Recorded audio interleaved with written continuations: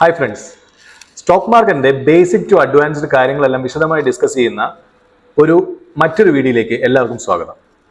ഈ ഒരു വീഡിയോയിൽ നമ്മൾ ഉദ്ദേശിക്കുന്നത് എന്താണെന്ന് വെച്ചാൽ, പലരും സ്റ്റോക്ക് മാർക്കറ്റിലേക്ക് പുതിയതായിട്ട് വന്നവരുണ്ടാകാം, അല്ലെങ്കിൽ നേരത്തെ സ്റ്റോക്ക് മാർക്കറ്റിനെ മനസ്സിലാക്കി അതിൽ ട്രേഡ് ചെയ്യുന്ന ആളുകളും ഉണ്ടാവാം. എല്ലാവർക്കും പരിചിതമായ ഒരു സ്ക്രീനാണ് ഞാൻ ഇപ്പോൾ കാണിച്ചുകൊണ്ടിരിക്കുന്ന ഈ പറയുന്ന ട്രേഡിംഗ് വ്യൂ അഥവാ ട്രേഡിംഗ് ചാർട്ട്. നമ്മുടെ ഒരു സ്റ്റോക്ക് എങ്ങനെ പെർഫോം ചെയ്യുന്നു എന്ന് ടെക്നിക്കലി നമുക്ക് മനസ്സിലാക്കാൻ വേണ്ടിയിട്ട് സഹായിക്കുന്ന ഒരു ചാർട്ടാണ് ട്രേഡിംഗ് വ്യൂ ചാർട്ട്. സോ ഇതിൽ നമ്മൾ നോക്കിക്കഴിഞ്ഞാൽ ഗ്രീൻ ക്യാൻഡിൽസ് ഉണ്ട്, റെഡ് ക്യാൻഡിൽസ് ഉണ്ട്. മാർക്കറ്റിൽ ഈ സ്റ്റോക്കിന്റെ പ്രൈസ് മുകളിലേക്ക് പോകുന്നു, സ്റ്റോക്കിന്റെ പ്രൈസ് ഇടയ്ക്ക് താഴേക്ക് വരുന്നു, ഒരു നിശ്ചിത സോണിൽ നിന്ന് വീണ്ടും മുകളിലേക്ക് പോകുന്നു, താഴേക്ക് വരുന്നു. ഫുള്ളി കൺഫ്യൂസ്ഡ് ആണ്. ഇത് എവിടെ നിന്ന് നമുക്ക് വാങ്ങണം, ഇപ്പോൾ വാങ്ങാൻ പറ്റിയ പ്രൈസ് ആണോ, ഇപ്പൊ നമുക്കിത് ആക്ച്വലി എന്താ പറയുക, ഡിമാൻഡ് സോണിലാണോ അല്ലെങ്കിൽ സപ്ലൈ നടക്കുവാണോ, ഒന്നും നമുക്ക് വ്യക്തമായിട്ട് അറിയില്ല. സോ ഡിമാൻഡ് സപ്ലൈ എന്താണെന്നുള്ള എല്ലാവർക്കും വരുന്ന ക്ലാസ്സുകളിൽ ഞാൻ വ്യക്തമായിട്ട് പറഞ്ഞുതരാം. എന്നാലും തീരെ മനസ്സിലാകാത്ത അല്ലെങ്കിൽ ഇതിനെക്കുറിച്ചൊരു ക്ലാരിറ്റി ഇല്ലാത്ത ആളുകൾക്ക് ഞാനൊരു എക്സാമ്പിൾ സഹിതം ഇതെന്താ സംഭവം എന്നുള്ളത് പറഞ്ഞ് മനസ്സിലാക്കി തരാം. ഫോർ എക്സാമ്പിൾ, ഇതിപ്പോൾ റിലയൻസ് എന്ന് പറയുന്ന റിലയൻസ് ഇൻഡസ്ട്രീസിന്റെ സ്റ്റോക്കിന്റെ ചാർട്ടാണ് നമ്മൾ ഈ കാണുന്നത്. ഇതിൽ റിലയൻസ് ഇൻഡസ്ട്രീസ് ട്രേഡ് ചെയ്തുകൊണ്ടിരിക്കുന്നത് 1223 രൂപയിലാണ് ഇപ്പൊ ട്രേഡ് ചെയ്തുകൊണ്ടിരിക്കുന്നത്. ഇത് 1223 നേരത്തെ ഉണ്ടായിരുന്നു, അതിൽ നിന്നും താഴേക്കും വന്നിട്ടുണ്ട്, ആ പ്രൈസിൽ നിന്നും മുകളിലേക്കും പോയിട്ടുണ്ട്. സോ ഇതെങ്ങനെയാണ് ഈ പ്രൈസ് മുകളിലേക്കും താഴേക്കും വരുന്നത്? അതാണ് നമുക്ക് ആക്ച്വലി മനസ്സിലാക്കേണ്ടത്. എന്തുകൊണ്ടാണ് ഈ പ്രൈസ് മുകളിലേക്ക് വരുന്നത്, എന്തുകൊണ്ടാണ് പ്രൈസ് താഴേക്ക് ഇടിയുന്നത്? അവിടെയാണ് നമ്മൾ മനസ്സിലാക്കേണ്ടത് ബയേഴ്സ് ആൻഡ് സെല്ലേഴ്സിന്റെ പ്രസൻസ്. ആളുകൾ വാങ്ങുമ്പോൾ പ്രൈസ് കൂടുന്നു, ആളുകൾ വിൽക്കുമ്പോൾ പ്രൈസ് കുറയുന്നു. എങ്ങനെ? ഞാനൊരു എക്സാമ്പിൾ പറയട്ടെ. ഞാൻ എൻ്റെ ക്ലാസ്സുകളിൽ, പേഴ്സണൽ ക്ലാസ്സുകളിൽ ഞാൻ പറയുന്ന എക്സാമ്പിൾ തന്നെയാണ് ഞാൻ വീണ്ടും ഇത് ആവർത്തിക്കുന്നു. നമ്മുടെ ഒരു IT പാർക്ക്, ഫോർ എക്സാമ്പിൾ ആയിട്ട് ഒരു IT അല്ലെങ്കിൽ എന്താ പറയുക, കമ്പ്യൂട്ടർ സെന്റർ ഒക്കെ ഉള്ള വലിയൊരു ഓഫീസുകളുടെ നടുക്കായിട്ട് ഒരു കുഞ്ഞു ഹോട്ടൽ ഉണ്ടെന്ന് വിചാരിക്കുക. ഈ ഹോട്ടലിൽ ഒരു മുതലാളി 2 തൊഴിലാളികളുമായിട്ട് അവർ നല്ല രീതിയിൽ എന്താ പറയുക, ഫുഡ് സപ്ലൈയും കാര്യങ്ങളും നടക്കുന്നുണ്ട്. അവരുടെ ഫേമസ് ഒരു പ്രൊഡക്റ്റ് എന്ന് പറയുന്നത് ദിണ്ടുകൽ ബിരിയാണി. ഏതെങ്കിലും ഒരു നല്ല ഫേമസ് ആയിട്ടുള്ള ഒരു ബിരിയാണി ഉണ്ട് അവർക്ക്. ഈ ബിരിയാണി അവർക്ക് എന്താ പറയുക, അത്രയും ഡിമാൻഡ് ഉണ്ട്. ഉച്ച സമയത്ത് ആ ഒരു ഹോട്ടലിൽ വന്ന് കഴിക്കാനായിട്ട് അത്രയധികം ആളുകളുണ്ട് എന്ന് വിചാരിക്കുക. ആ ചുറ്റുവട്ടത്തൊന്നും വേറെ ഹോട്ടലില്ല, വേറെ ബിരിയാണി ഷോപ്പോ കടകളോ ഒന്നുമില്ല. ഉച്ചയ്ക്ക് ഊണ് കഴിക്കണമെങ്കിൽ ഈ ഒരു കടയിനെ ഡിപ്പെൻഡ് ചെയ്തേ മതിയാവും. IT പാർക്ക് ആയതുകൊണ്ട് തന്നെ അത്യാവശ്യം നല്ല രീതിയിൽ ആളുകളുണ്ട് കഴിക്കാനായിട്ട് ആളുകൾ ഈ ബിരിയാണി ഷോപ്പിലേക്ക് ക്യൂ നിൽക്കുകയാണെന്ന് വിചാരിക്കുക. ഒരു 100ഓളം ആളുകൾ ക്യൂ നിൽക്കുന്നുണ്ട്. വിച്ച് മീൻസ് ബയേഴ്സ് അവിടെ 100 എന്ന് പറയുന്ന വ്യക്തികൾ, 100ഓളം ബയേഴ്സ് അവിടെ അവൈലബിൾ ആണ്. ഈ ബിരിയാണി ഷോപ്പിൽ നേരത്തെ തന്നെ സപ്ലൈ തുടങ്ങിയതുകൊണ്ട് നേരത്തെ തന്നെ ബിരിയാണി തീർന്നു തുടങ്ങി. സോ ഈ ബിരിയാണി കഴിഞ്ഞ് ലാസ്റ്റ് ആയിട്ട് ഒരു 10-12 ബിരിയാണി ബാലൻസ് ഉള്ളൂ. ഫോർ എക്സാമ്പിൾ 10-12 ബിരിയാണി ബാലൻസ് ഉള്ളൂ എന്ന് വിചാരിക്കുക. ഇങ്ങനെ തന്നെയാണ് സ്റ്റോക്ക് മാർക്കറ്റ് വർക്ക് ചെയ്യുന്നത് എന്നല്ല ഞാൻ പറയുന്നത്. നിങ്ങൾക്ക് വളരെ ബേസിക് ആയിട്ട് മനസ്സിലാക്കാൻ ഒരു എക്സാമ്പിൾ പറഞ്ഞുതരുന്നത്. സോ ഈ 10-12 ബിരിയാണികളാണ് ബാലൻസ് ഉള്ളത്. ഇനി വാങ്ങാനായിട്ട് 100-150ഓളം ആളുകൾ ക്യൂല് ലൈനിലുണ്ട്. വിച്ച് മീൻസ് മുതലാളിക്ക് അറിയാം ഈ പറയുന്ന പ്രൊഡക്റ്റ് ആളുകൾക്ക് ഡിമാൻഡ് ഉണ്ട്, ഈ പ്രൊഡക്റ്റിന് ഡിമാൻഡ് ഉണ്ട്, ആളുകൾക്ക് വാങ്ങാൻ താല്പര്യമുണ്ട് എന്നുള്ളത്. സോ സാധാരണഗതിയിൽ 100 രൂപയ്ക്ക് വിറ്റുകൊണ്ടിരുന്ന മുതലാളി അന്ന് ജസ്റ്റ് ആ സപ്ലയറിനോടൊന്ന് കണ്ണ് കാണിക്കുമ്പോൾ സപ്ലയർ അത് പ്രൈസ് മാറ്റി 120 രൂപ എന്ന് ക്ലയൻസിനോട് അല്ലെങ്കിൽ കസ്റ്റമറോട് പറയാം. സോ 120 രൂപയ്ക്ക് കസ്റ്റമർ വാങ്ങുന്നു.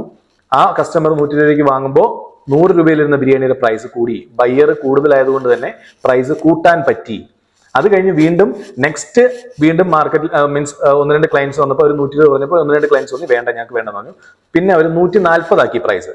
140 ആക്കിയപ്പോൾ 140 വാങ്ങാൻ ഓക്കെ എന്ന് തോന്നുന്നു, അല്ലെങ്കിൽ അത്രയും വിശപ്പുള്ള ഒരാൾ ആ 140 വാങ്ങാൻ തയ്യാറായി. വീണ്ടും അടുത്തവർ 160 ആക്കുന്നു, 180 ആക്കുന്നു. അങ്ങനെ പ്രൈസ് അവർ കൂട്ടുന്നതിനനുസരിച്ച് ബയ്യേഴ്സിന്റെ അവൈലബിലിറ്റി ഉള്ളത് കൊണ്ടും ആ പ്രൊഡക്റ്റിന് ഡിമാൻഡ് ഉള്ളത് കൊണ്ടും അത് സെൽ ഓഫ് ആയി പോകും. വിച്ച് മീൻസ് അത് വാങ്ങുന്നുണ്ട്, ആളുകൾ വാങ്ങുന്നുണ്ട്. അങ്ങനെയാണ് ഒരു നോർമൽ കേസിൽ ഡിമാൻഡ് ഉള്ളത് കൊണ്ട് ഒരു പ്രൊഡക്റ്റിന് ഡിമാൻഡ് കൂടുമ്പോൾ അതിന്റെ പ്രൈസ് ഓട്ടോമാറ്റിക്കലി കൂടും. അല്ലെങ്കിൽ ബയ്യേഴ്സ് കൂടുമ്പോൾ, ബയ്യേഴ്സ് വാങ്ങി കൂട്ടുമ്പോൾ അതിന്റെ പ്രൊഡക്റ്റിന്റെ പ്രൈസ് കൂടുന്നു എന്നുള്ളത്. ഇത് പല വിധത്തിലും പറയാം. പ്രൊഡക്റ്റിന്റെ പ്രൈസ് കൂടുന്നത് ബയ്യേഴ്സ് കാരണമാണെന്ന് പറയാം, അല്ലെങ്കിൽ ബയ്യേഴ്സ് ഉള്ളത് കൊണ്ട് പ്രൊഡക്റ്റിന്റെ പ്രൈസ് കൂട്ടുന്നതാണെന്നും പറയാം. അങ്ങനെ 2 വിധത്തിൽ നമുക്കിതിനെ അപ്രോച്ച് ചെയ്യാം. വിച്ച് മീൻസ് ഡിമാൻഡ് ഉണ്ടെങ്കിൽ അവിടെ ബയ്യേഴ്സിന്റെ പ്രസൻസ് ഉണ്ട്, ബയ്യേഴ്സിന്റെ പ്രസൻസ് ഉണ്ടെങ്കിൽ മാർക്കറ്റിൽ പ്രൈസ് കൂടും. നേരെ തിരിച്ച് മറ്റൊരു എക്സാമ്പിൾ ചിന്തിക്കാം. മറ്റൊരു സ്ഥലത്ത് ഒരു 1-2 ചെറിയ ഓഫീസുകൾ മാത്രമേ ഉള്ളൂ, ആളൊഴിഞ്ഞ പ്രദേശമാണ്. അവിടെ 6-7 ബിരിയാണി ഷോപ്പ് ഉണ്ടെന്ന് വിചാരിക്കും. വിച്ച് മീൻസ് 6-7 ബിരിയാണി ഷോപ്പുകൾ ഉണ്ട്. അവിടെ എല്ലാം മുതലാളിമാരും തൊഴിലാളിമാരും എല്ലാവരും ഉണ്ട്. എല്ലാവരും പുറത്ത് കസ്റ്റമേഴ്സിനെ വെയിറ്റ് ചെയ്യാണ്. ആകെ കഴിക്കാനായിട്ട് 4-5 പേര് മാത്രമേ അന്ന് വന്നിട്ടുള്ളൂ. പക്ഷേ ആളുകൾ വിൽക്കാനുള്ള ആളുകൾ, ബിരിയാണി വിൽക്കാനുള്ള ആളുകൾ കൂടുതലാണ്, വിച്ച് മീൻസ് സെല്ലേഴ്സ് കൂടുതലാണ്. സെല്ലേഴ്സ് കൂടുതലാകുമ്പോൾ അവിടെ പ്രൊഡക്റ്റിന്റെ സപ്ലൈ കൂടുതലാണ്, പ്രൊഡക്റ്റ് സപ്ലൈ കൂടുതലാകും. സപ്ലൈ കൂടുതലാകുമ്പോൾ നോർമൽ കേസിൽ നമ്മൾ ഈ ആളുകൾ ചെറിയ ഏരിയയിലേക്ക് അല്ലെങ്കിൽ കുറച്ചധികം സപ്ലൈസ് അല്ലെങ്കിൽ സെല്ലേഴ്സ് കൂടുതലുള്ള സോണുകളിൽ നിങ്ങൾ പോയി നോക്കിക്കഴിഞ്ഞാൽ അവിടെ എന്തുണ്ടാവും?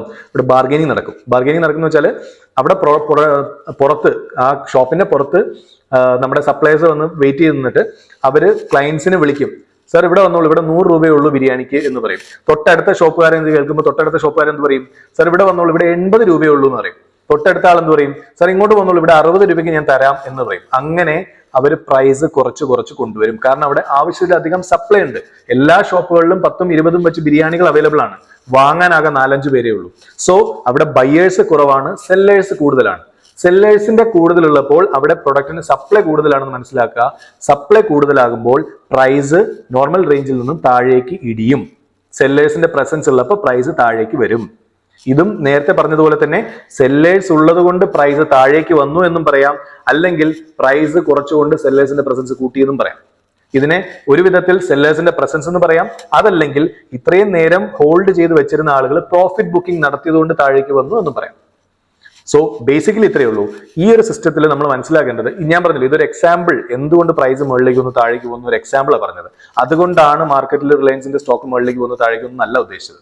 ഇതൊരു സ്റ്റഡി പർപ്പസിന് വേണ്ടിയിട്ട് വളരെ ചുരുങ്ങിയ ചെറിയൊരു എന്താ പറയുക ഇൻഫർമേഷൻ തന്നുകൊണ്ട് നിങ്ങൾക്ക് പെട്ടെന്ന് കാര്യങ്ങൾ മനസ്സിലാക്കുക എന്നുള്ളതാണ് നമ്മുടെ ഉദ്ദേശം. സോ ഇവിടെ നോക്കിക്കഴിഞ്ഞാൽ റിലയൻസിന്റെ ഈ സ്റ്റോക്ക് ഈ ഒരു സോണിൽ നിന്നും ബയേഴ്സിന്റെ പ്രസൻസോട് കൂടി അത് മുകളിലേക്ക്, ബയേഴ്സ് അതിനെ പുഷ് ചെയ്ത് മുകളിലേക്ക് കൊണ്ടുവന്നു. ഒരു സോണിലെത്തിയപ്പോൾ അവിടെ നിന്ന് സെല്ലേഴ്സിന്റെ ആക്ടിവിറ്റി കൂടി, റിലയൻസിന്റെ സ്റ്റോക്കിന്റെ പ്രൈസ് താഴ്ന്നു. വീണ്ടും അവിടെ നിന്ന് ബയേഴ്സ് പ്രൈസ് കൂട്ടി മുകളിലേക്ക് കൊണ്ടുവന്നു. സെല്ലേഴ്സ് കുറച്ചു, പ്രൈസ് കൂട്ടി, സെല്ലേഴ്സ് കുറച്ചു, വീണ്ടും ബയേഴ്സ് കൂട്ടി, സെല്ലേഴ്സ് കുറച്ചു, ബയേഴ്സ് കൂട്ടി, ഇപ്പൊ സെല്ലേഴ്സ് കുറച്ചു കൊണ്ടുവന്നുകൊണ്ടിരിക്കുകയാണ്. സോ ഇവിടെ ഡിമാൻഡ് ആൻഡ് സപ്ലൈ ഉണ്ട്.